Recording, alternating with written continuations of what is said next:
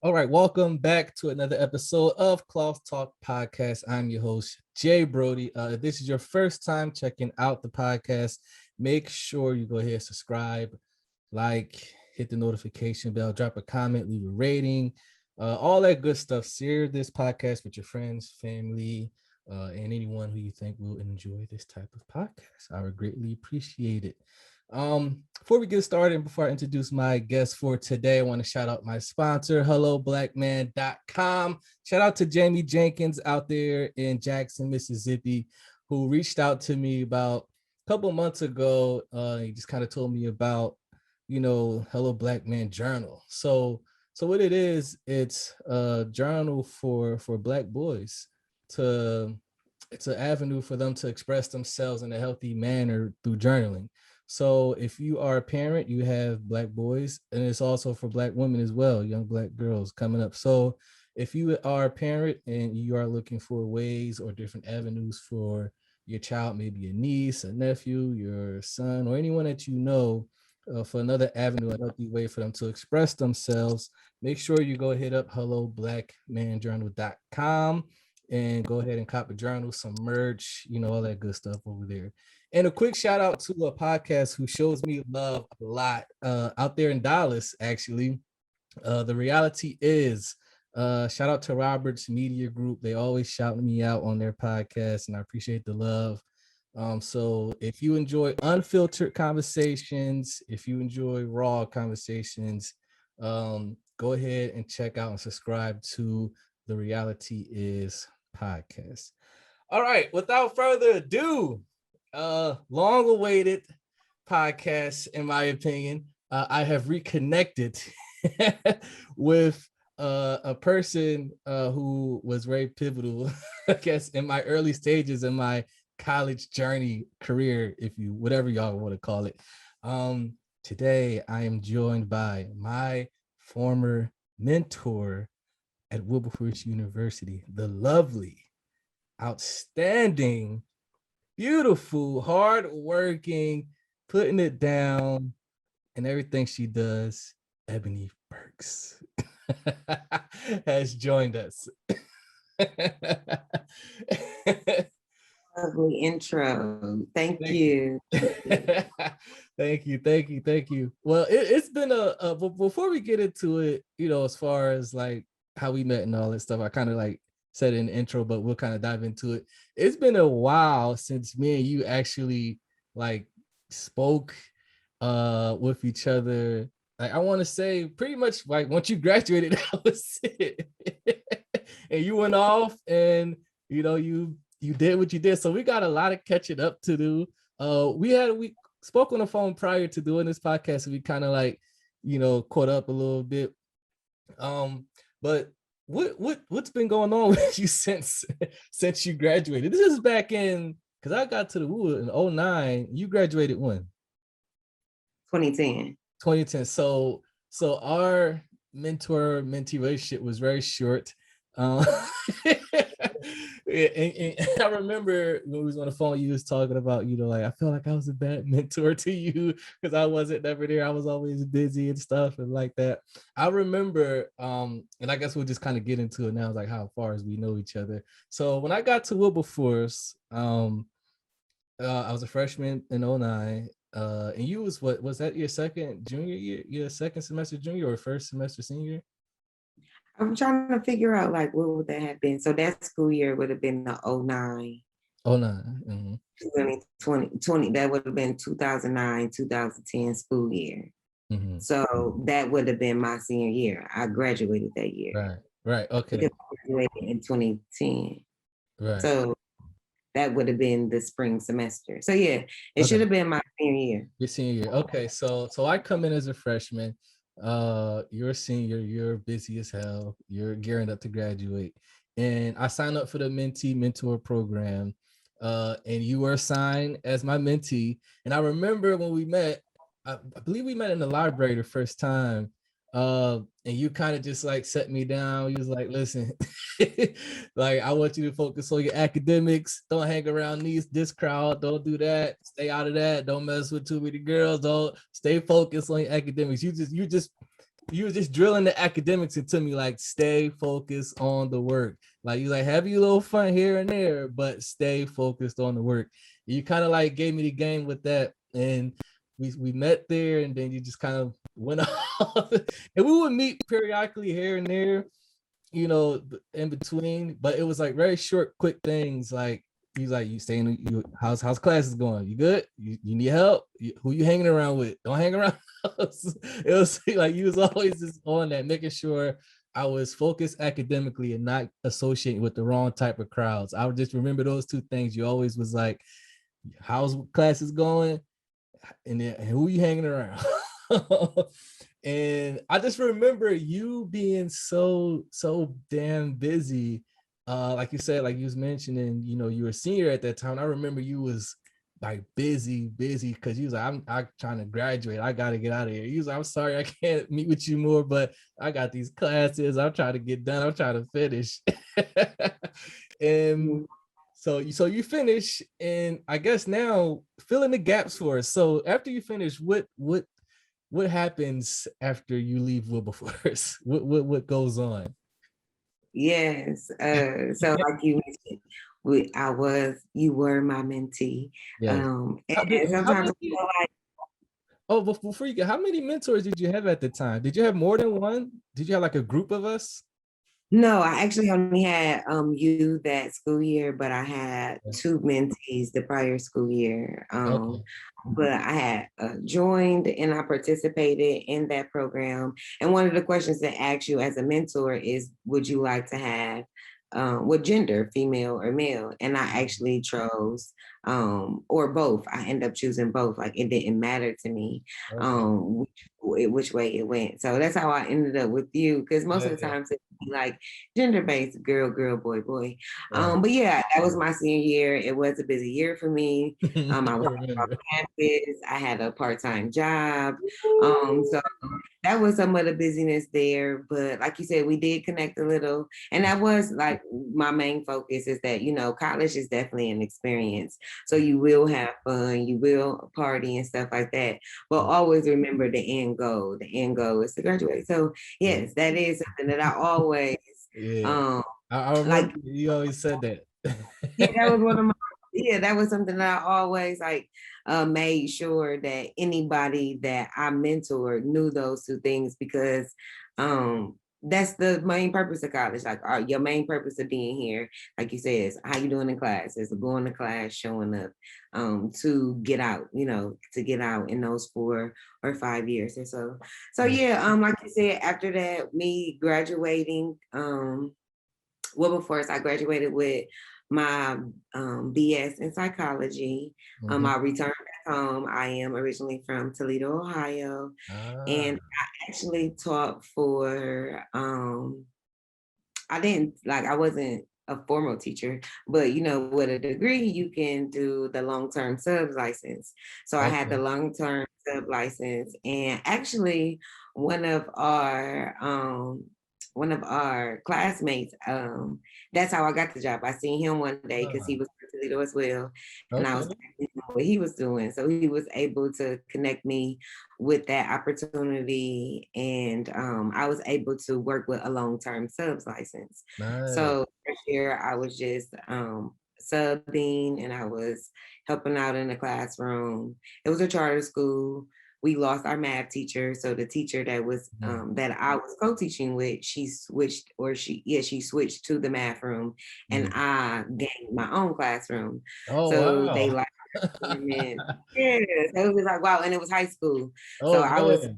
It was a lot of fear too, and I remember asking Cyrus. Do you remember Cyrus That name Jones? sounds so He was the familiar. president. Okay. He was Okay. tall guy with dreads. Okay. Real, Got you. I real, remember that name now. Okay. yeah. So where was I going with that You story? got Cyrus. Oh, the so Cyrus, my first day, Cyrus, I was telling him like I'm nervous. He was asking me like, I'm nervous. This is my first day of the classroom. And he was like, well, he said, just know that you in charge. This is your classroom. And I was like, okay. and I rolled with it from there. And that was actually the elective class of the high school for the high schoolers. So Okay. it was a character development class. Ah, My curriculum that I taught with was Stephen Conley's Seven Habits of Highly Successful Teens. It's also an adult version too, okay. but the teen version that I was teaching. And then the next 2 years, I had my own classroom. The last year it closed down. I was co-teaching with the third grade classroom, and I actually was able to get the position before we had a reading program, the reading interventionist specialist. So I really had a really cool role that year. Like I was like, Yeah, I had the sounds, yeah. freedom to like not really have a classroom Mm-hmm. because I really did enjoy teaching, but I didn't like all of the stuff that went with teaching, like all the prep work and the lesson plans and stuff. But I really enjoy like being with the kids and stuff like that. So that last year I was with Lake Erie. I had a really cool role. Like I was saying, I was co-teaching with the third grade classroom. And I was almost like the coordinator of, because that year I was on the other wing of the school for K through 6. Because Okay. the whole time prior I was in the high school wing. Yeah. But I was like also like the coordinator for like all of the activities, all the fun stuff. So that role was just so fun for me. It was like a very creative role, and I was able to be the creator that I am. So what happened there? The school didn't get their charter renewed. So that was my big transition to where I relocated to Dallas, Texas. So my mentor while I was at Hey, was Miss Moore. Do you remember Miss Moore? the teacher? No, she was in. She wasn't there when you got in. She wasn't there She when in you. the administrative building? Yes, so she was like one of the academic advisors that you would have into. She was in the office towards the back. Okay, I think I know you're talking about now. Mhm. Okay, all right. Yeah. I didn't know they was mentors back there. Okay.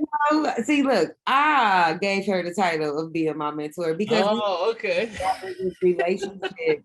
Yeah, we had just established this relationship and this rapport to where we always kept in touch. And I did look up to her as a mentor. I will always be in her office a whole lot. She actually gave me a lot of direction on my career path. And I looked up to her because she was a young girl. She was from California in Ohio where it snowed. She showed up to work like happy every day. And it was like she enjoyed her job. And I was like, okay, I could do something like that. So I really just kept in touch with her. Nice. When the charter wasn't renewed, I had reached out to her.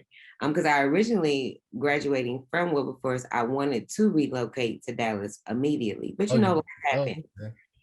So at that point, I reached out to her and she had a big position at the college that I currently work at.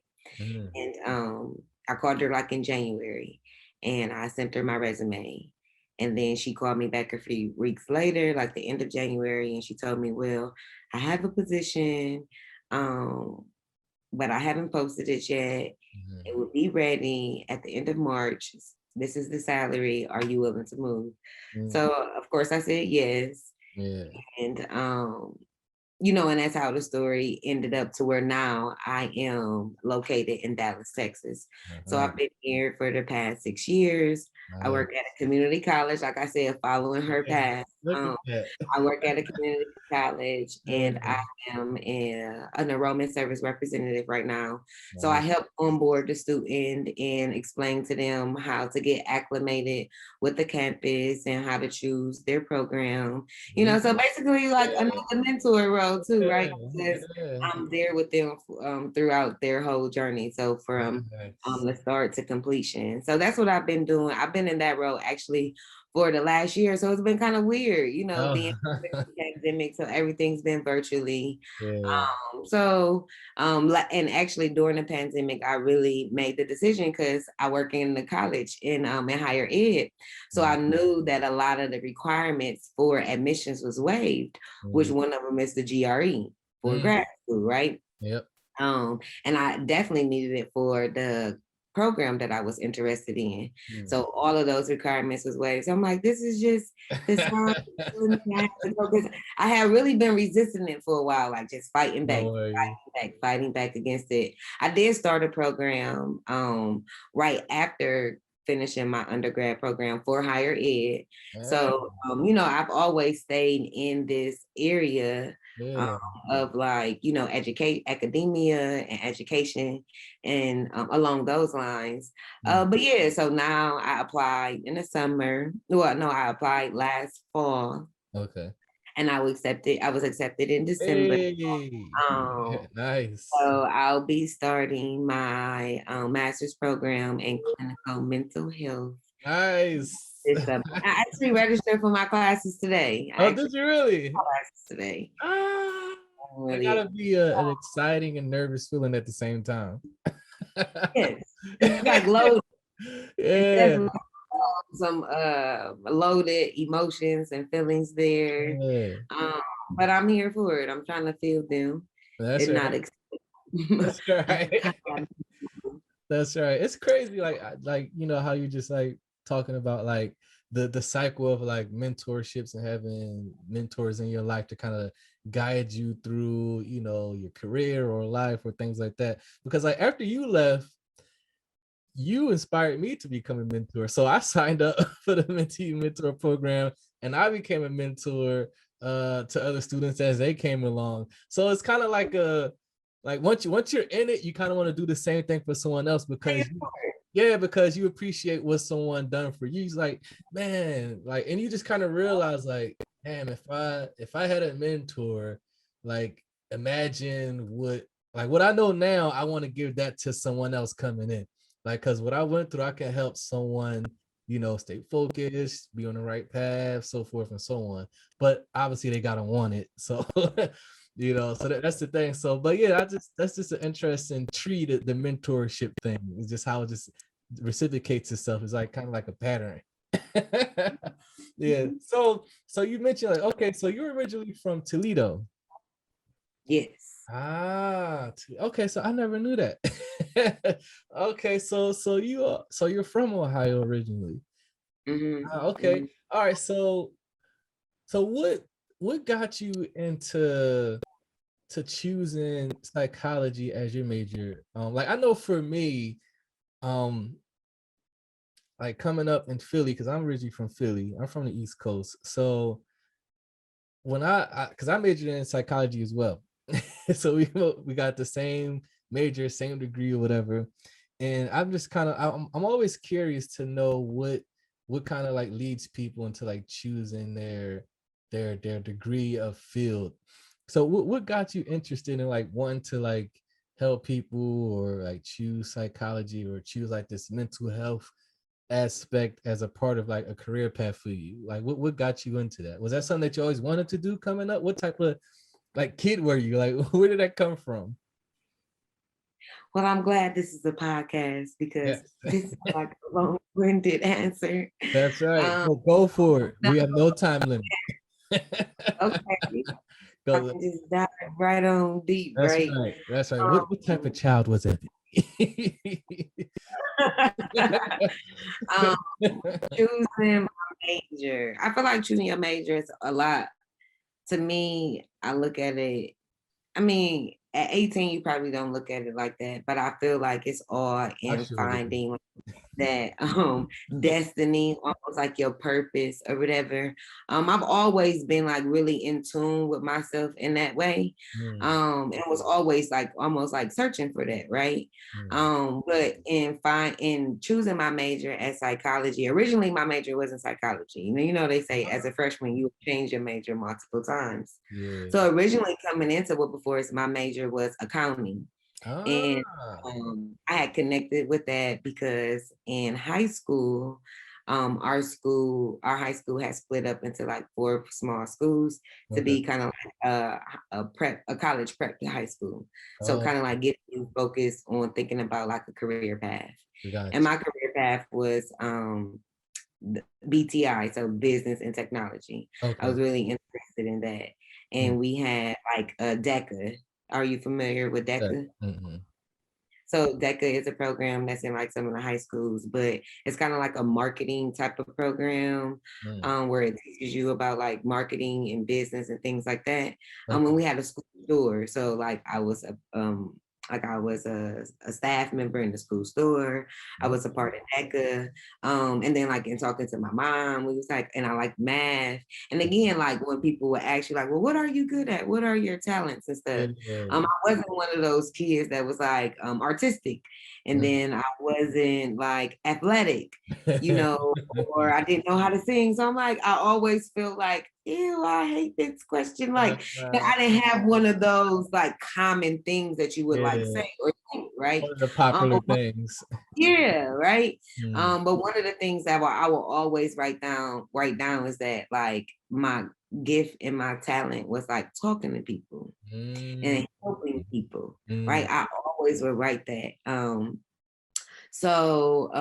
then it was like, oh, well, I'm good with numbers. And if you're good with numbers, you can be an accountant. And when you're an accountant, you help people, right?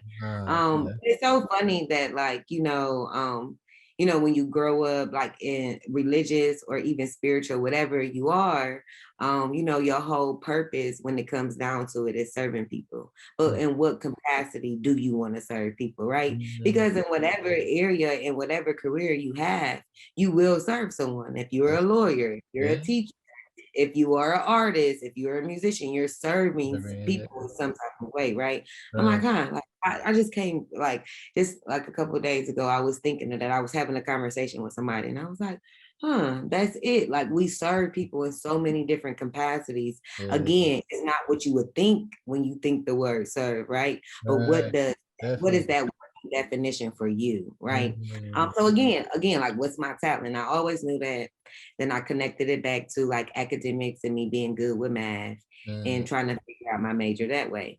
And when I got to workforce and we got to create your schedule and you seen the schedule. And I had a math class and I seen the study.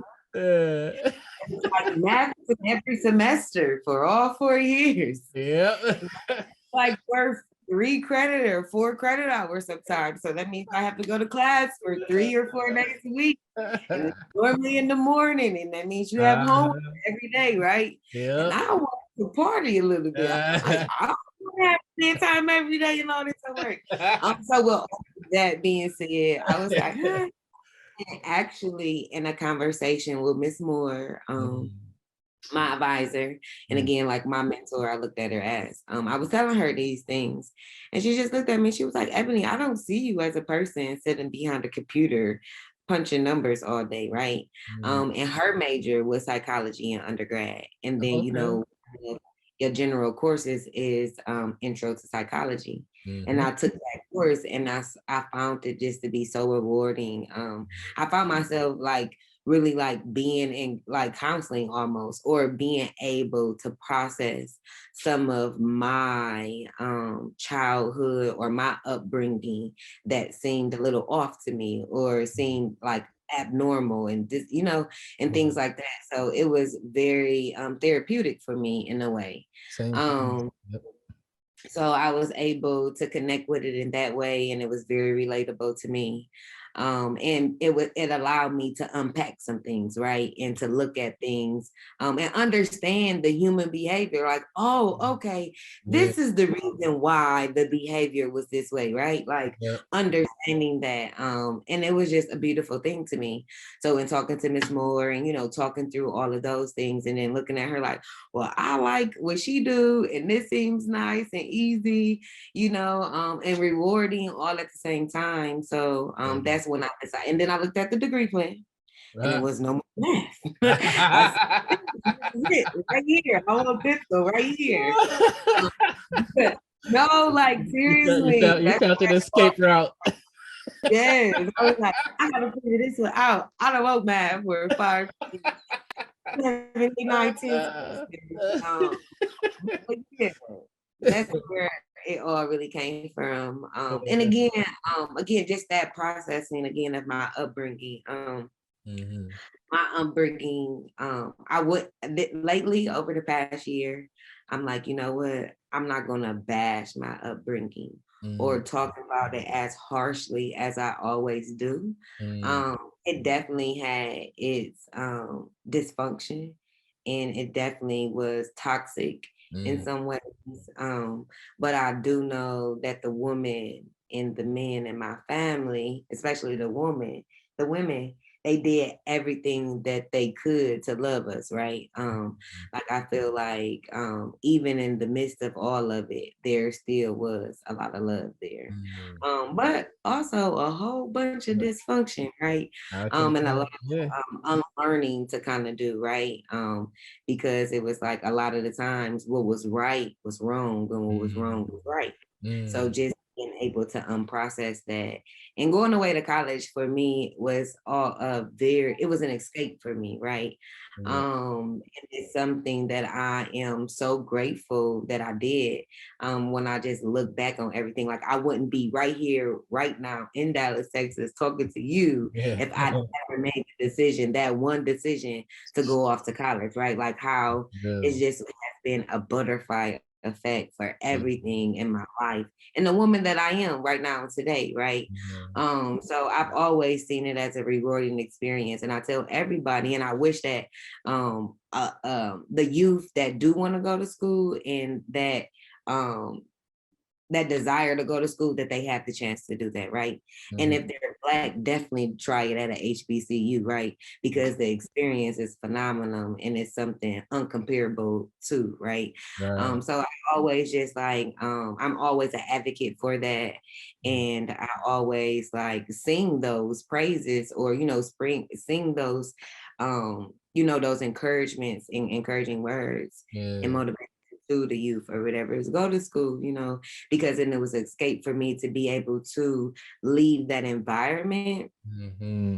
and really understand and see what it was, right? Because sometimes when you in the midst of Yeah. chaos, Okay. Yep. Chaos. Yeah. you don't even know that it Yeah. is that chaotic, right? Ooh, ain't that Until the you're truth? able to leave it. So it was just like very refreshing for me, Yeah. in a way. So and then psychology helped it even more. It like just put the Yeah. icing on the cake. Like, Right. oh, but yeah, I'm All sorry. That was a long way of answering your question, but No, I no, hope that's good. That's what we want here at Cloth Talk Podcast.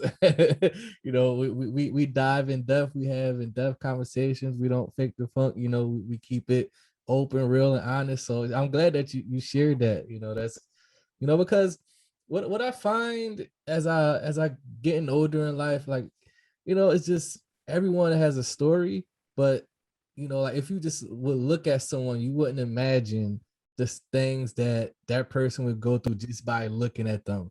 Like, so I think it's always important that we share our story, because it kind of normalizes it.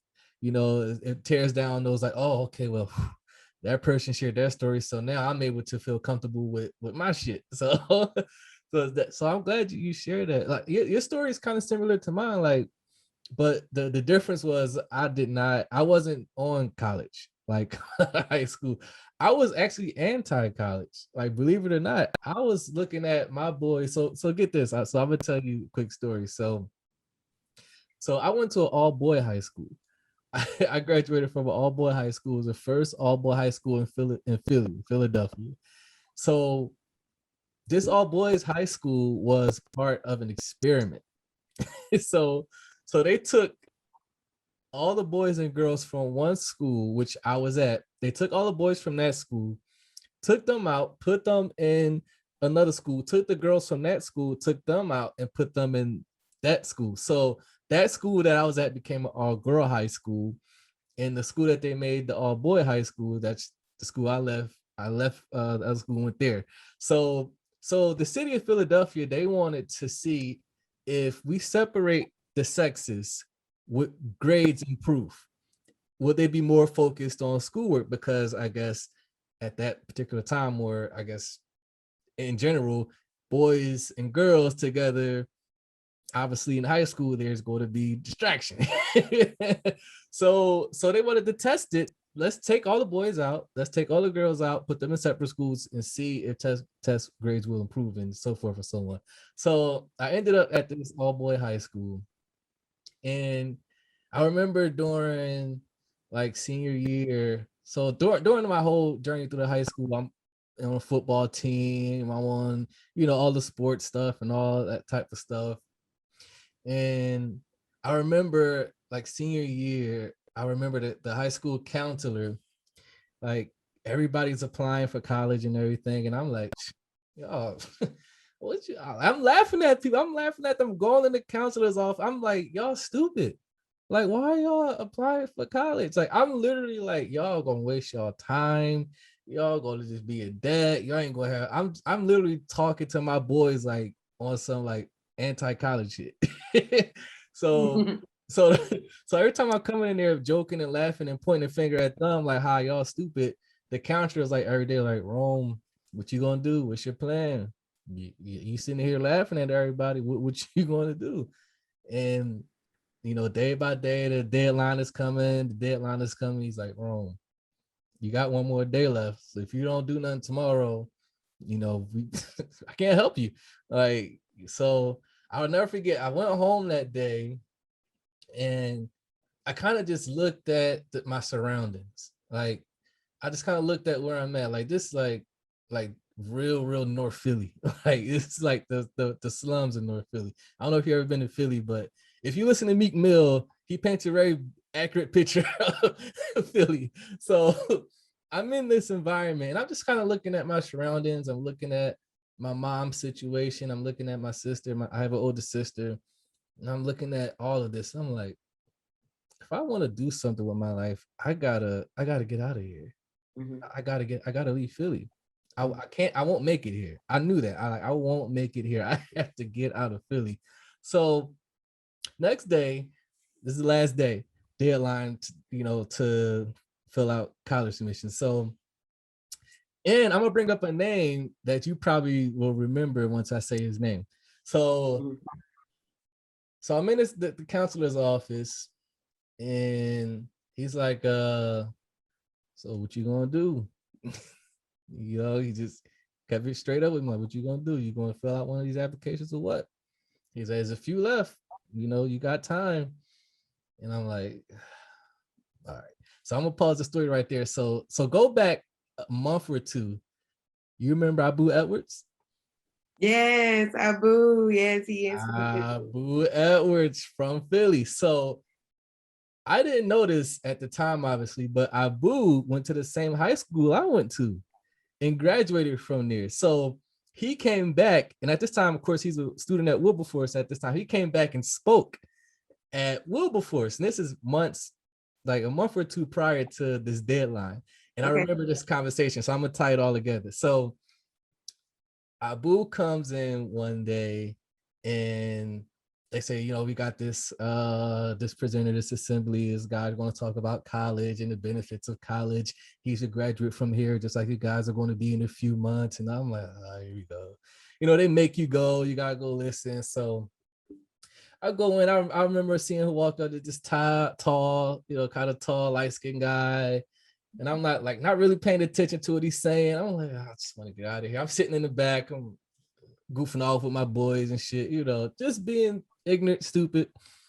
And I really didn't hear much he said, but I do remember at the end, like the only thing I heard was like, about who wants the application. That's all I heard. Like I clicked in right there, and I was like, I don't remember shit he said about just college. Nothing. Like what? So I was like, you know what? When they let everybody, I'm gonna go up to him and talk to him. So he's like shaking everybody's hands as we're going out. He's like, hope to see you there. Hope to see you at Wilberforce. Hope to see you at Wilberforce. He's shaking everybody's hand, and I come up to him like, hey man, what's up? He's like, what's up, man? How'd you like it? I'm like, it was cool. He's like, so what you think? Would you be interested in coming to Wilberforce University? I'm like, where is it again? He's like, Ohio. I was like, Ohio. He's like, yeah, man. He's like, listen, man, take one of these pamphlets. There's a brochure here to tell you a little bit about the school. Talk to your counselor, file an application, we accept the people and all that stuff. And I remember that. So fast forward to this deadline, months go by. So I remember that. I remember Abu, and I remember how excited and passionate he was about this school. And I told my counselor that I was like, yo, who's that? Remember that presentation we had like 2 months or something ago? There's a guy that came, he graduated from here. He's like, oh yeah, you're talking about Abu Edwards, Wilberforce University, blah, blah, blah, blah, blah. He's like, yeah, he's like, we got applications for that. He's like, yeah. So he handed me one, and I was like, give me more, because I was like, I'm going to apply to every single school outside of Philly because I knew I had to get out of Philly. So whatever school was farthest away from Philly, I wanted that application. I didn't know shit about Wilberforce. I didn't know nothing. I didn't know it was the first HBCU. I didn't know what majors they offered. I didn't know shit. So go home, fill out this application, deadline, mind you, send it off or whatever. And I'm like, my mind thinking is whatever school that I filled out all these applications come back and accepts me first, that's where I'm going. Period. Guess who sends the first letter back? Wilberforce. So I get the letter in the mail. Congratulations, you've been accepted for fall semester 2009 class, blah, blah, blah, blah. And I'm excited. I'm like, oh, God. I run upstairs. I tell my mom, I'm like, Mom, I got accepted to a college. She's like, great, that's wonderful. Where at? I was like, Ohio.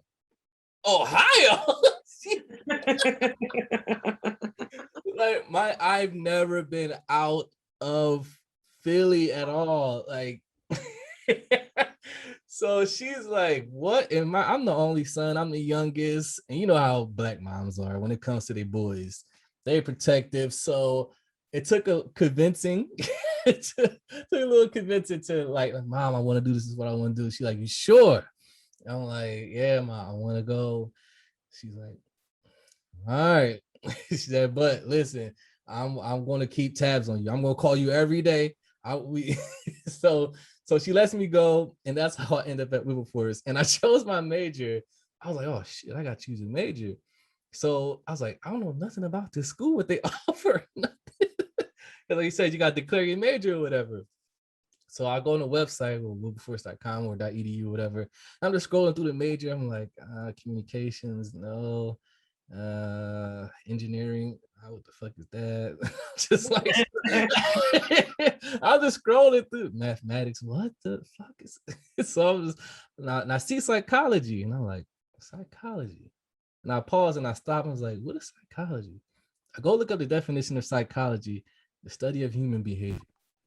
So I'm like, and kind of like what you were saying, I want to figure out why things are the way they are, and why do certain people behave the way they behave, especially coming from environments, upbringings that's similar to ours.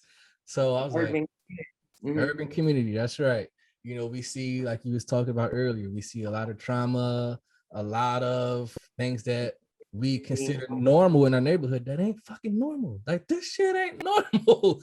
But we normalize like this. That's just my life. You know, I remember being 6 years old, seeing a man get murdered right in front of me, see his body drop and all that. 6 years old kid riding a scooter. You remember little Razor scooters? I seen like on a daily, like that shit was normal to me. You don't think I'm fucked up?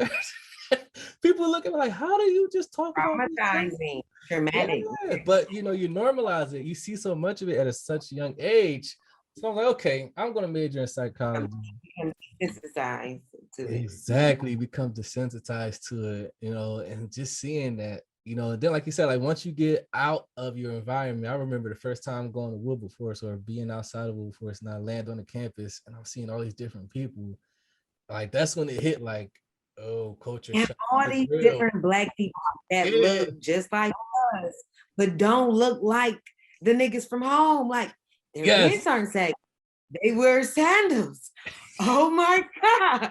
Like these people, like it was a culture shock even being on the all Black campus, right? And I tell people that all the time. Like, even though I went to a HBC, know that it was very diverse within itself, because it was like you got all of these different Black people, because again, we're not monolithic, coming from all of these different demographics. So they're bringing that with them. Cali people is way different from a Philly person.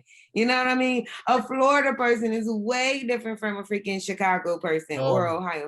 Right? Like So the swag, the dress, the style, the food, Yes. the lingo, everything was just Uh, like just the right. exposure was Right. everything. Exactly. And I remember that. Like I remember talking to people from different cities and states, and like I said, but they're all black. And you're hearing them talk, you're Different like, what you experiences. saying? I felt like that's when I met I met friends who came from two family homes. Like their mom and their dads was married and has been married their whole life. That Like, shit was right? Like foreign. It's like, and what? Yeah, you got both your parents? mom and your father both have jobs, career Right. jobs. You come from like a will, like knowing these people, like it was like, wow. That's how I was. I'm like, so you got both of your mom and dad in your life? They're like, yes. I'm like, for real? They're like, yes. Why are you acting so like? I'm like, so wait, so they live together, like y'all all live in the same house. you They know, married. yeah, like just seeing that stuff is just like just hearing people's different stories and their walks of life and how things are in their city and how they came up. And now like your mind is expanding. It's like, oh shit, the world is bigger than Philly. like so because I thought like everywhere is like this. I thought like, where I come from, okay, like this is just life. Of course, like there's different cities and states. I know that much, but I'm like every situation is the same in every city, state. But then when I got the wheel force, I'm like, oh shit, it's not. Everything is not like Philly. Everyone didn't grow up in this type of environment. We don't have all the same mindset. So, so yeah, man. And then obviously, I signed up to the mentor program, and that's how I got connected with you and all that stuff. But yeah, man, that's that. Just looking back at it, man, like going outside of your state or just traveling, connecting with different people, sharing your story, listening to their story, it kind of expands your mind and you gain a new perspective on life. You see things differently. And you learn a lot about yourself too. I learned so much about myself throughout my college journey, more than anything. Like I find myself like, I'm like, oh shit, I didn't know I would like that. I didn't know that that would interest me. I didn't know I can get along with that type of person. Like it's all this type of stuff. I'm like, wow, there's so much more to me. And it was mind blowing. Like I have a lot of depth. Like, could you imagine if I would have stayed in Philly? I would have never discovered me, pretty much. Like I still would have been in this mindset, like whatever the mindset would have been. So it's crazy, man. It's definitely a journey, and it's still obviously a journey that that we continue to go on. So, all right, so let's fast forward. So mental health, because we're kind of leading in that direction now. So, like we was kind of like sharing our stories about like how we grew up in toxic environments, um, you know, and things along that. What what are some of the stigmas that you see within the Black community when it comes to this mental health thing? Because I know I can rattle off some. Like as far as like a Black male, if I tell my boys, like, yo man, like I'm feeling a little, a little down, shorty, she ain't called me back that night. You're like, man, you act like a bitch. Stop acting like a bitch. Like you can't, I can't express myself because then I gotta worry about my boys laughing at me. I gotta worry about them cracking jokes. And then I put up this hard exterior because now I gotta walk around with my, no, fuck that. Now I can't express myself because I'm worried about what some people who around the fucking block go to say to me, and it's build up to me, and then I fuck around and now years go by of doing that, I don't know how to express myself. And I dealt with that, as an adult, older, like now I realize that I carried that for a long time along with other things like shit. I don't know how to communicate. I don't know how I don't even know how to put into words how I'm feeling or how a certain thing affected me, you know?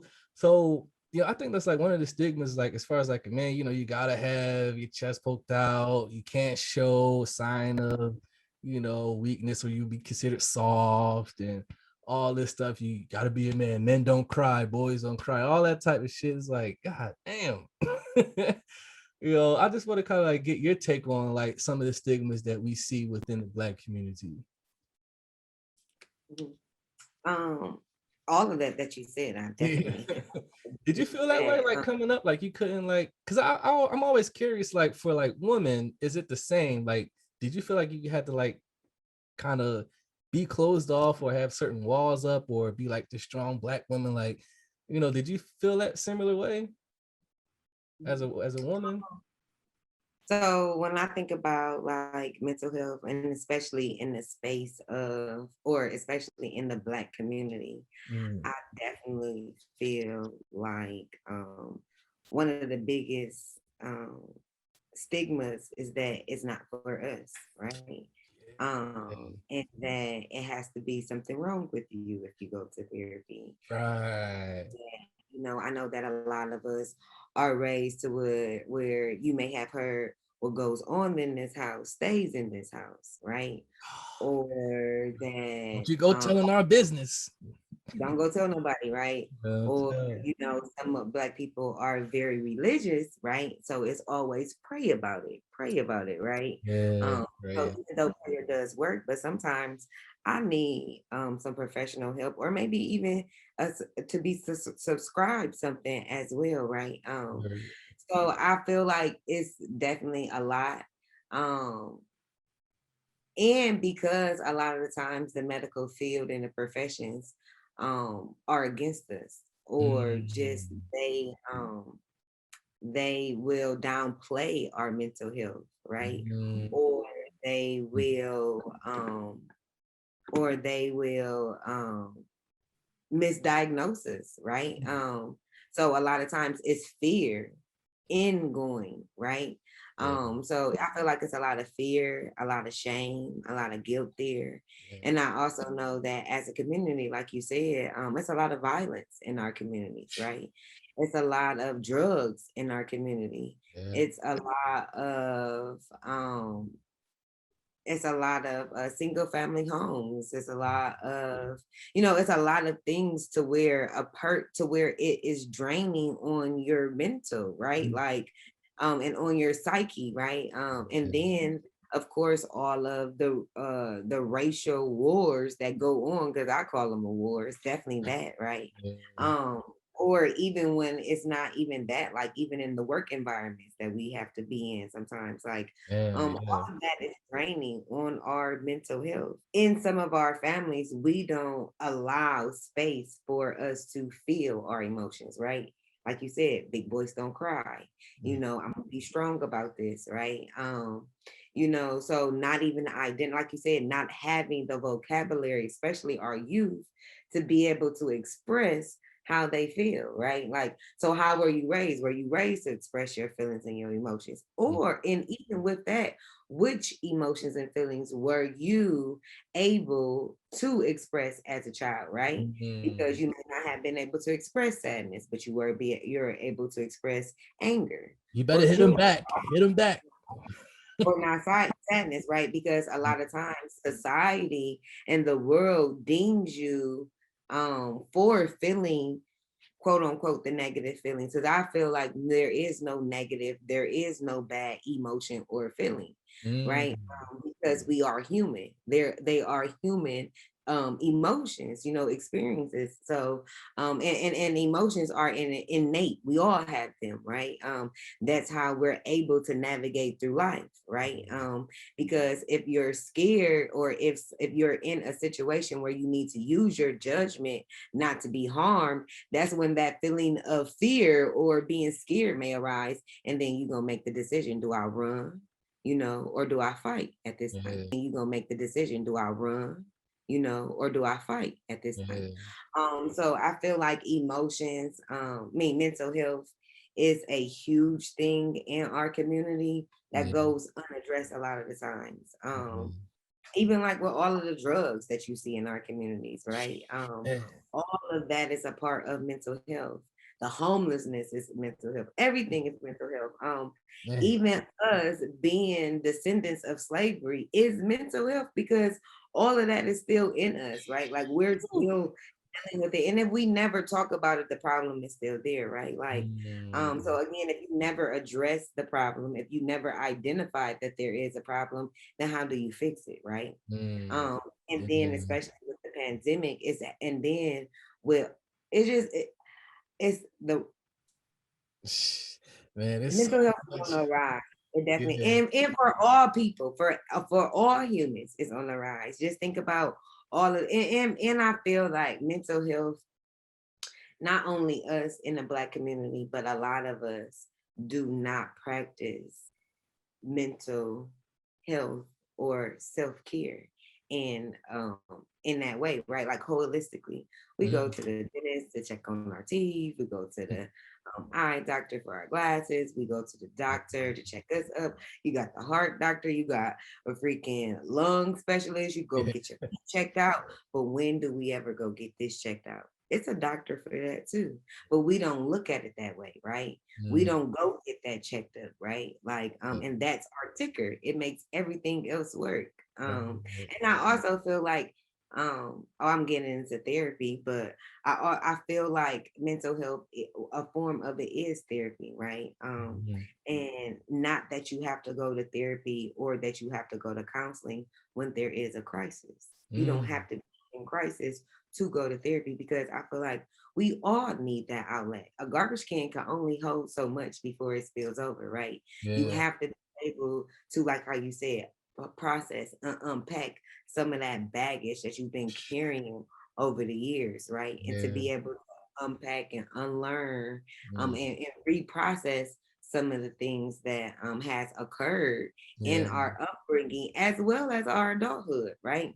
So I feel like it's something that we all need. And that we all and that oftentimes we leave it unaddressed or untreated, right? Yeah, that's true. Like we do overlook a lot of stuff. Like you're saying, like we focus on like other things about, like our physical health or our bodies and stuff like that, but we really don't dig into probably the most crucial part of it is our mental state. Like it's crazy how you just like kind of pointed that out, because like I'm just like, damn, that is so true. Like, because I'm just thinking, like, I just went to the dentist. Like, I just went to the dentist like last week.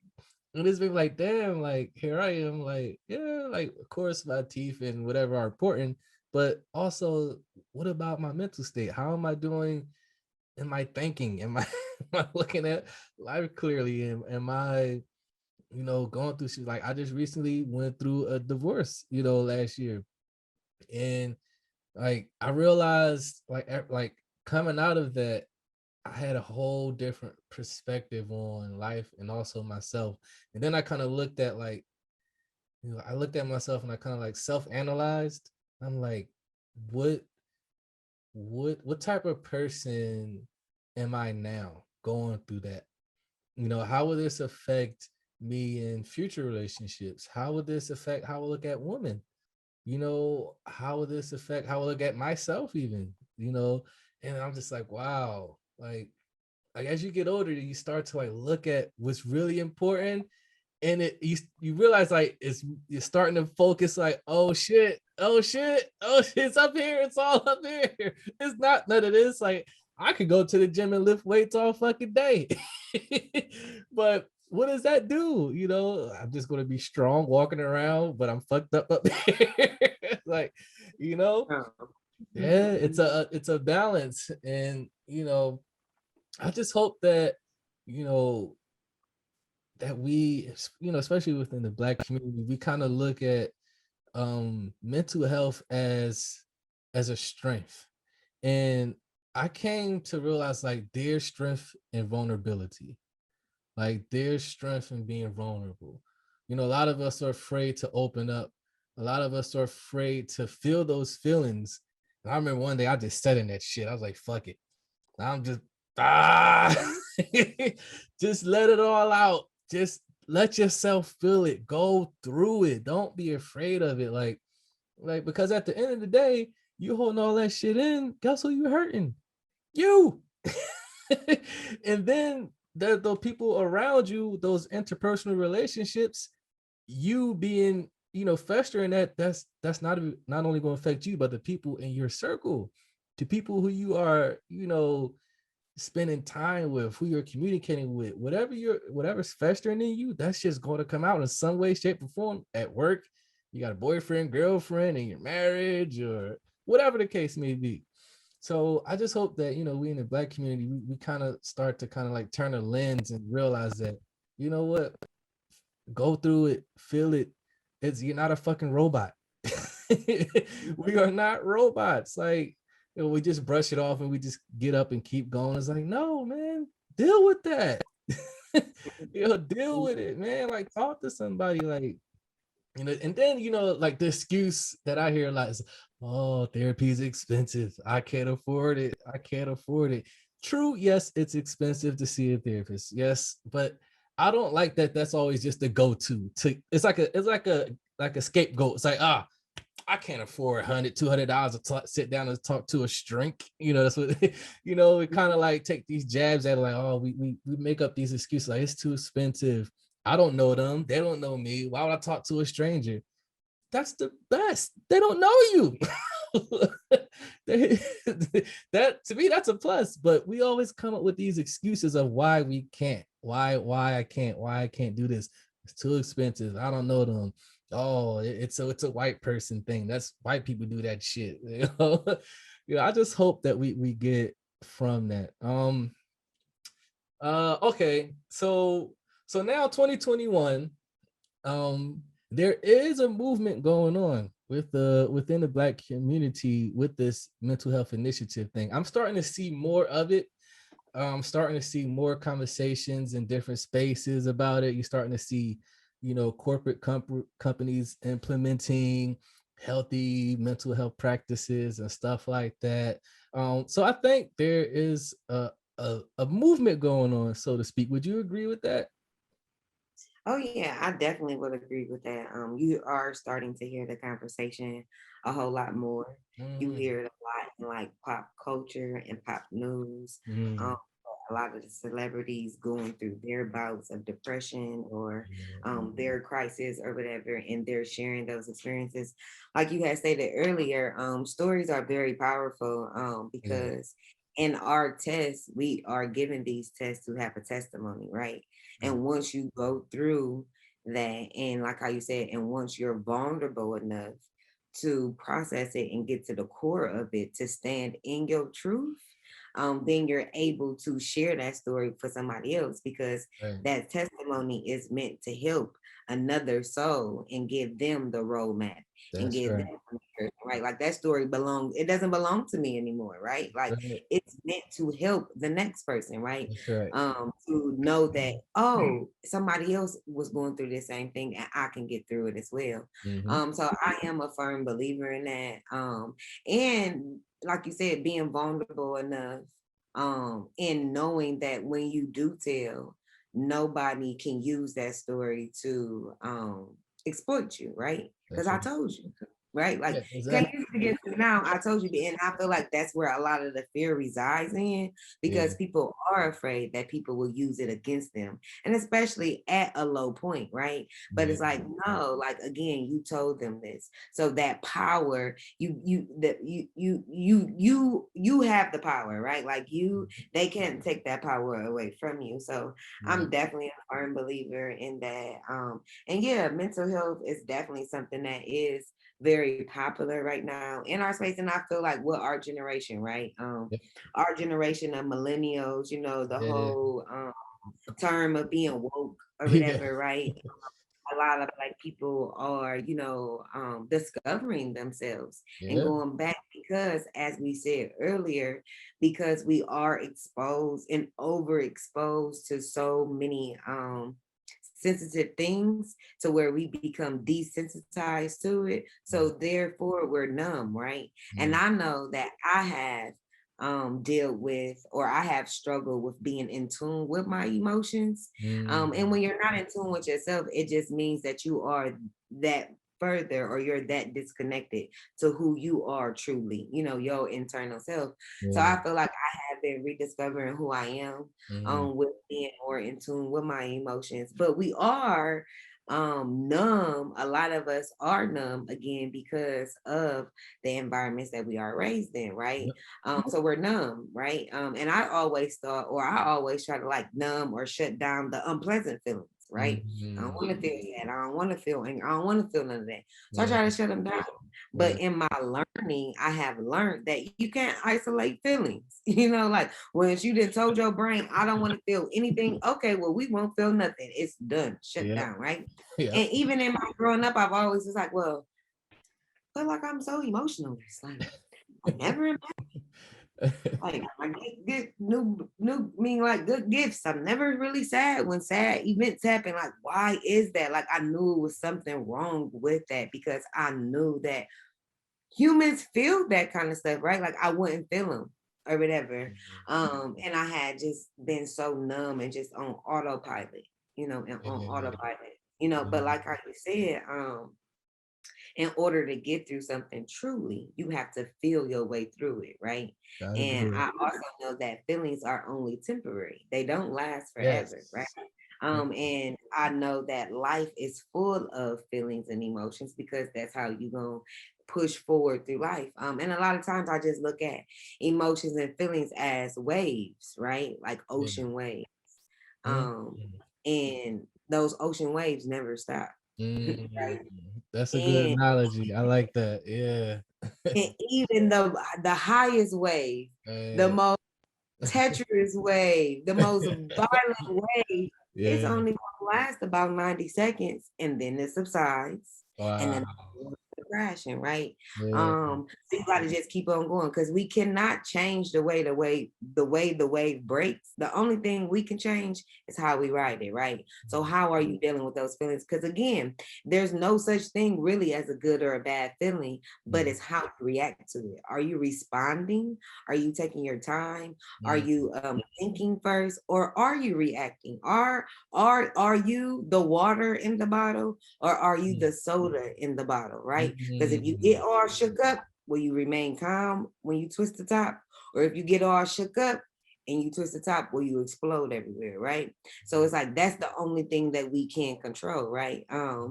And it's all about emotional intelligence. Again, like being intelligent enough to know what you're feeling, to be able to identify that feeling. And not only you and your feelings, but like you said, the people around you, because we are social beings. We will not, you can't isolate yourself. The most isolated that we have been was over these past like 18 months, right? Oh, yeah. But other than that, we are social people. We're always around people, right? Yep. So you have to be intelligent enough to feel, to understand their feelings and how what you may say or do, how it will react to them, right? Yeah. Because if you have a restaurant and you feel like your steak isn't cooked properly, when the waiter come, are you going to be shitty with her and be all nasty with her, or Mm, are you going to be nice to her? Because the way you speak to her yep. will definitely give you a reaction. Because how do you want her to react to you? What's the end result? What is the end result that you want? How Exactly. favorable do you want that outcome to be with you, right? Yeah. So yeah, just being intelligent enough to be able to understand that even a lot of times that, and be intelligent enough or to be aware enough to know that it had nothing to do with you. Yeah. And not take it personal, right? Because That's good. the way that someone is treating you is only a reflection, and they're only projecting on you how they feel about their own selves, right? So I'm Mhm. not even gonna take it personal. That's the number one indicator. When somebody's always shitty, always Yeah. crappy, you dealing with a whole lot of unprocessed and a whole Right. lot of baggage that you've been carrying around. You towing it around with you. You need to stop. You need to pause. You Yeah. need to process that. And in that pause of these last 18 months, it's been ramped up this mental health, right? Because people had the time to stop Mm-hmm. and think about stuff, right? Mm-hmm. Because like you said, everything starts in the mind. Yep. What a man think is what a man is, right? So everything starts in the mind first. You have a thought, and then you have a feeling, and then you react on that feeling, right? So it all starts in your mind first, or even like the National Negro Association, what they say, the mind is a terrible thing to waste. It's it's a terrible thing to waste, right? So it's like you gotta constantly, and it's like a constant, it's constant therapy, it's constant healing, because life is constantly happening to us, right? Like it ain't gonna never be a perfect year. It ain't gonna never be a perfect life, because they already told us we ain't perfect beings. So that means I gotta steadily heal and improve to become a better person every single day. Because that's what they say the whole life is to become a better you, right? So in doing that, that's just being in tune with yourself, being aware, being mindful, right? Having those emotional skills, right? Having those tools in your bag to when you are triggered, you can control your reaction, right? Or to be able to again go back to that little girl that's inside of you that's still sad, that's still angry, that's still fucked up. Because she gonna always be with you. That little girl and that little boy gonna always be with you. Because our little boy is our protector. So if you always feel like you know he hurt, or that little girl, that's the one that needs that vulnerability, right? And a lot of times in our societies, emotions end up becoming gender based. Boys can't cry. Boys can't feel sad.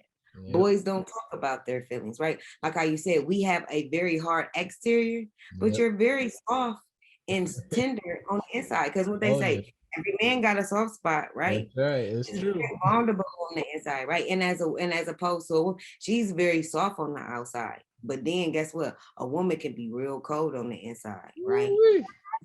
And like, so we all have feelings, but it's all in, like how you said, how do you express those feelings? How do you act out those feelings?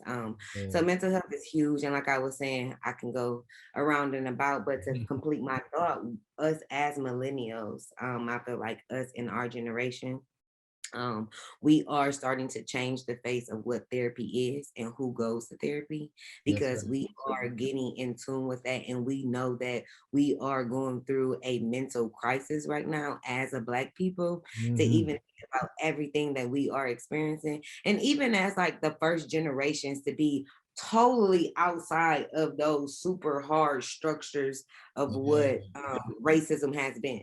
Slavery, Jim Crow, segregation, blah, blah, blah. You know, like our parents was the first ones that didn't have to deal with segregations, but we the first people that ain't, you know, like, and then our kids and the generations after that. But we are starting to understand that this shit ain't normal. It ain't normal at all. You feel me? Like seeing us get shot on the street and seeing it replayed over and over and over and over and over again. You know what I'm saying? Yeah. And being called that we're rioters, and then you see the same, some other people do it. It's a lot. I feel like life is very heavy for us right now. And I feel like we're tired of carrying it right now. So I feel like we are seeking it. And I'm happy to see it. I'm happy to see it, to be able to break that stigma. And there's even like the kids are starting to, even in some schools, they're starting to learn about mindfulness, right? Because why aren't we taught that in school? Why aren't we taught that in school? You know, about emotional intelligence. Yeah, that's crazy, because like I can't recall like in high school or even grade school that, you know, there was courses about that, or even like a, I don't know, some type of, even within after school programs, it was nothing like that. Normally, like after school program, you get a little bit more, but those things was just more so activities. It wasn't really like, okay, all right, Jerome, how was home today? Like what happened at home today? Like I can't recall like teachers or anyone in the school program like asking me like, or check in, how are you? Like that. How was your week? Right. Yeah. Like, and that stuff is like a lot for a kid growing up in environments where we come from. It's like, yo, like, and then you wonder why he acting the fuck up. Or she's acting the fuck up. You wonder why, you know, they're not participating. They don't give. Why we smoke so much weed, why we drink so much liquor, why we drink so much weed. Because all of that is just an escape from reality. We don't want to be in this reality. So what you do, you're self-medicating. Mm, mm, You're diagnosing yourself, right? Like it's a lot of undiagnosed mental health and that like you may not be lazy right now. You are depressed, right? mm, You mm. know, like you're not acting out for no reason. You're angry. You've been through some traumatic things in your life, right? Yep. Like so there is a reason why everything is happening. And again, if you don't, like how you said, if you don't deal with the emotions, if you don't deal with those feelings, if you don't deal with the anger, it'll start dealing with you. And like how you said, it'll come out in all other areas of your life. Like, you know, like it's gonna spew out. Yeah, Everyone's gonna still see it if you never deal with it. And I feel like you see a lot of that. It's crippling our community. It's crippling yeah, our community and our families. I yeah. definitely believe. Yeah, that's definitely for sure. I just hope that we continue in that direction with us millennials and generation that coming up under us. They take it step further. And it just keeps going like that. So I'm glad that we're heading in the right direction and we're seeing more of these conversations, surrounding this mental health um, thing with our generation. Um, all right, so wrapping things up here. Okay, so a new wave podcast, the healing conversation. You are a podcaster now. You are doing the damn thing. Oh man. All right, let's get into it. A new wave podcast, a healing conversation with your host Ebony B. All right. So tell us about this podcast. Where'd you get the idea for it? Who is it for? I mean, it's pretty much obvious who's it for, but we'll let you talk about it. What's the goal with it? So first, what gave you the idea to start the podcast? I was always interested in having a podcast. Mhm. And over the summer, COVID, I started a new wave, just a new wave. And it was just a space for people to be able, a safe space for people to express their emotions and feelings, right? Um, and then it just grew from there. This summer, I had a few series. A girl, me, what is it called? Group? A bag lady series Oh, where back we in just talk about different baggages that we as women carry around with us. okay. I had a few like check-ins. And then growing up, I'm sorry, I'm jumping all ahead of my story. And then like a few group conversations. Yeah. I went through a healing circle with 5 other women, and then I just found all of that very rewarding, kind of like my college experience, right? And Mhm. I just wanted to be able to like package it up and to spread or encourage other women and men as well Mm. to start their healing journey. Nice. Nice. And it was like, okay, well, I can do this in a couple different ways. So I Yeah. started my IG page and my Facebook page, and then my podcast. Yeah. And the healing circle or the healing conversation, it just came from me and my upbringing. Again, my mother, I attended NA meetings with my mom. So Oh, Narcotics Anonymous meetings for recovering addicts. My wow. mother now she celebrated 30 years clean this year. Nice. So I never really remember seeing my mom on drugs and alcohol, Mm, but I did go to the meetings with her. mm, And at an early age, I was able to see the power of storytelling. mhm, Um, and I was also able to see these men and women heal and repair their lives, right? With this form of group conversations or whatever. So in my creative mind and trying to figure out like, well, what would this look like? How can I package all of this? That and then going through my healing circle, I just came up with, just like a healing circle, the conversation for the podcast, Mm. to be able to interview different people that's going through their own healing, to tell their story of their healing journey. And yeah, and so I started the podcast, and remember earlier, one of the things I feel like I'm talented at is talking. Yeah. So like that is very fulfilling too, in doing that. And I love podcasts. Yeah. It's like a form of therapy almost for me, in a sense. I find it to be very therapeutic. Because again, you gotta lean in somewhere and get that. You gotta lean in Yeah. somewhere. And you have to find some of those things, even if you don't go to a counselor, right?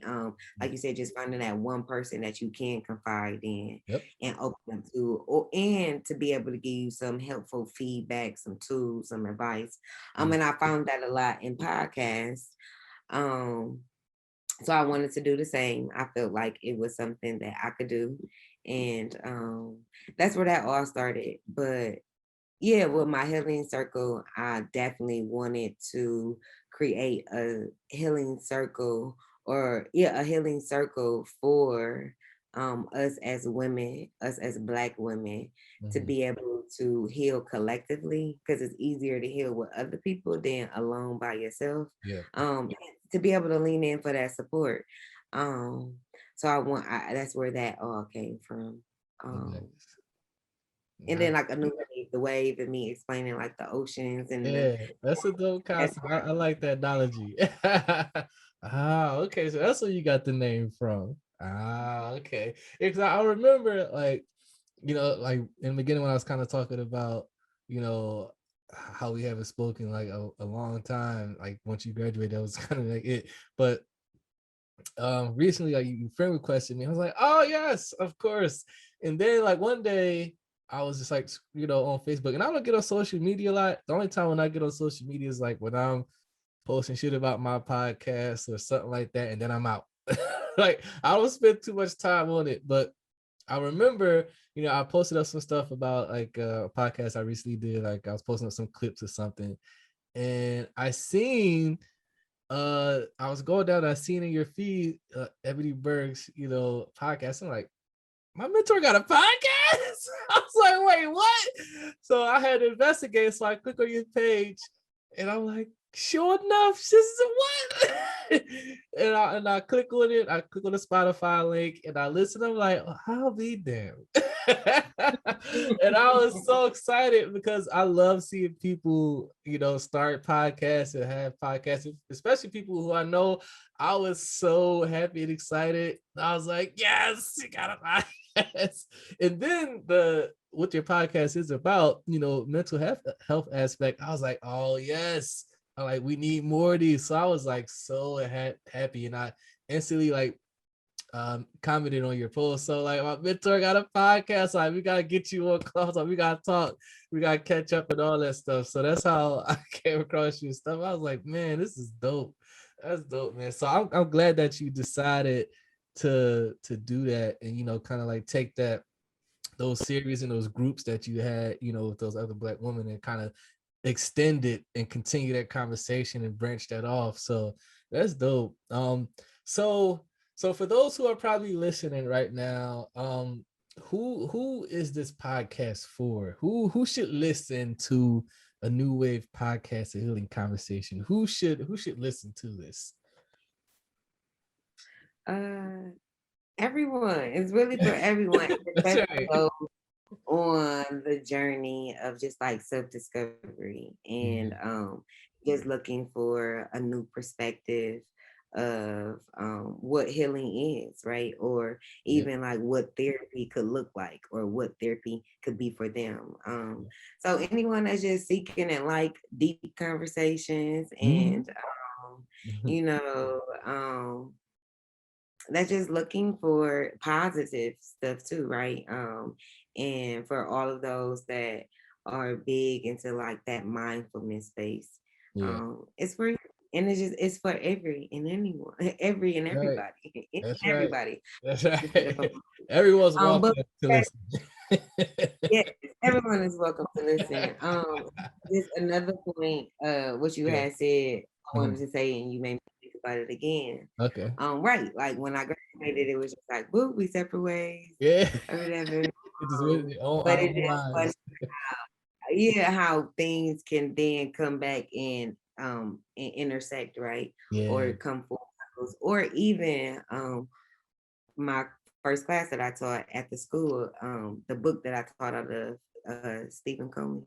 One Mm. of his things was he talked a lot about relationships. So RBAs and PBAs. So RBAs is your relationship bank account with other people, and then your PBA is your personal bank account with yourself. Oh, Um, okay. and like with you and I, like our relationship bank account, right? Like, and in the book, it give examples and stuff. And basically, it just says that like every person that you come in contact with your life, the gas station clerk, your school teacher, your friends, whatever may have you, you build these relationships, and they never go away, right? It's almost like energy; it isn't destroyed, right? Yeah. But it's created, so it's not like energy. But anyways, relationships never go away, right? Even when they become negative, right? Like a bank account. So that's how like a person can fall out with someone, and 20 years later they see the person and they just like, in high school, right? Or like for us, like we just reconnected probably after like 10 plus years, and we just picked Yeah. up right where we left off at, right? Was Yeah. right there. We had that mentor mentee ship. And then the PBA, one of the reasons why I just went ahead and moved forward with like my podcast and everything with going to school and stuff like that is our personal bank accounts. Is that you again, you have withdrawals, and you have deposits or whatever. And your withdrawals are when you make a promise to yourself and you break it, right? And Mm. for a long time, I was having a lot of withdrawals. My Mm. account was in a negative, right? So I needed to make some more deposits, right? And in that was keeping those promises to myself, right? To make me feel better, right? Because every time I break my promise with myself, I feel even more bad about myself. I'm even less motivated or encouraged to go ahead with my dreams and my goals or whatever. So just Yeah. those small things, those little goals and those little commitments or whatever, is what I started focusing on and working on, right? Because it's like, okay, Ebony, if you sick and tired of feeling this way, what you gonna do about it, right? Mm-hmm. Okay, so Yeah. now I gotta make some things change or whatever. And Yeah. then even the serenity prayer, God grant me the serenity to accept things I cannot change and the courage to know the difference, right? Oh So just boy. knowing that what I can control in my life, the things I can control in my life, I'm gonna focus and worry about that. But the Yeah. things that I can't focus on, me that I can't control, I won't give it any worry or any stress, right? That's right. So again, just in starting starting grad school and starting my podcast, starting my healing circle, it's just me moving closer in that direction of fulfilling my goal, fulfilling my passion, right? In Yeah. serving other people, right? That's right. So that's where I'm at in my journey right Nice. I love it. Oh man, I love it. I love it. I love it. I'm excited and pumped for you. This is dope. This is great. Oh now. And man. it's my first interview, so I forgot to put my segue in. So yes, Ah! anybody out there listening, please stop by A New Wave Podcast, a healing conversation. We are currently on Spotify and Google and a couple other ones. I can't remember off the top of my head, but you Yeah. can also follow us on all social media, Facebook and Instagram. Not all, because I don't have Twitter, but Okay. Instagram and Facebook at A New Wave. So There you make go. sure that y'all listen, Yeah. subscribe, leave me a little comment. Have Yeah. a party with your friends. Yeah. There you go. Yeah. Don't be afraid to reach out to Ebony. She don't bite, as y'all can see. I She very, very welcoming, She'll talk to you, she'll respond back to you, you know. So definitely, if you enjoyed this conversation, if you enjoyed this podcast, if you like what you heard today, if you like what you heard from Ebony today, if you like, you know, everything we kind of discussed today, make sure y'all go ahead and, you know, subscribe to her podcast, A New Wave Podcast, A Healing Conversation. You know, I'm gonna put you can find everything associated with Ebony and her podcast in the link of this episode. I'm going to put everything down there in the link in the description of everything associated with Ebony Burks and her podcast, and where y'all can connect with her and all that stuff and listen to the podcast will be in the link of the description of this episode. Ebony, I enjoyed this conversation. This was great. This was a blast. I really enjoyed this. Me too. This is dope. Any last words that you want to leave our listeners, people who are watching on YouTube or people who are listening? Any final words that you want to leave us off with?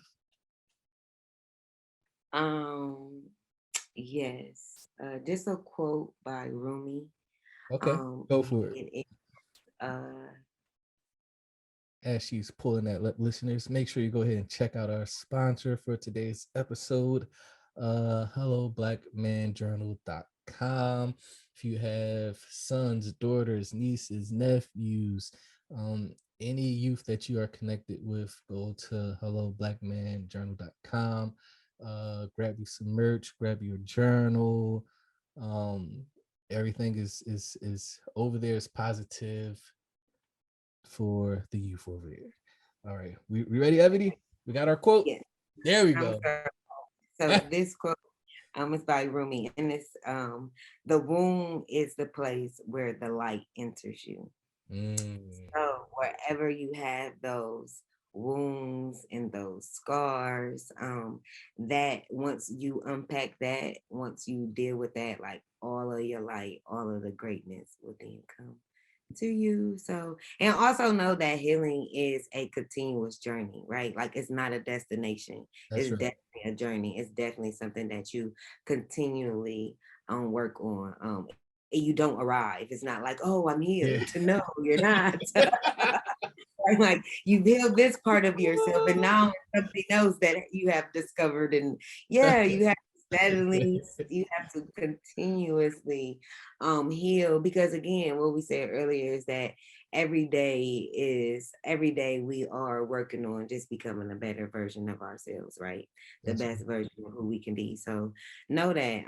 And I just want to just encourage like healing to release any of that shame, guilt, fear, resentment. You know, that's what healing is. When you do the work, when you put the work in, like the journaling, I think it's just so beautiful, especially for the Black men, and the youth, especially youth, yeah. men and women. That's where the healing resides at. That's where the magic happens when Yeah. we start to heal and unpack some of those heavy baggages that we just been carrying around that's no longer serving us. Like Yeah. it ain't serving us. You don't got space for it, you know. So just make room for your greatness and your gifts, and do it to help other people heal too, to help somebody else heal. That's right. But I am so honored and I am so blessed that you asked me to be a guest. Of I'm course. be quiet because I'll make us talk for another hour. Yeah. Oh, another little story to pop up, but this is fun. This is fun. Thank you. Thank Yeah. you all to listen to and listen to me, y'all. At a new Yeah, wave pod. that's right. The link is going to be in the description where y'all can check Ebony's podcast out, A New Wave, A Healing Conversation.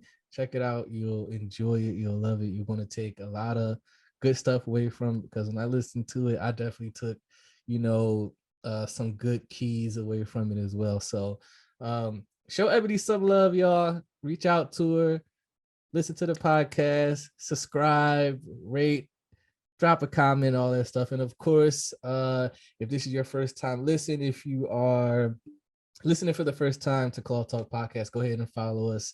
That's at cloth_talk_podcast on Instagram, and Cloth Talk Podcast on Facebook. Everything is just Cloth Talk Podcast. Just type in Cloth Talk Podcast and you will find it. So once again, thank my guest, my former mentor, the lovely, the gracious Ebony Burks. Thank you. Thank you. And good night. Good night. All right, we'll see you guys again on another episode of Cloth Talk Podcast. Goodbye.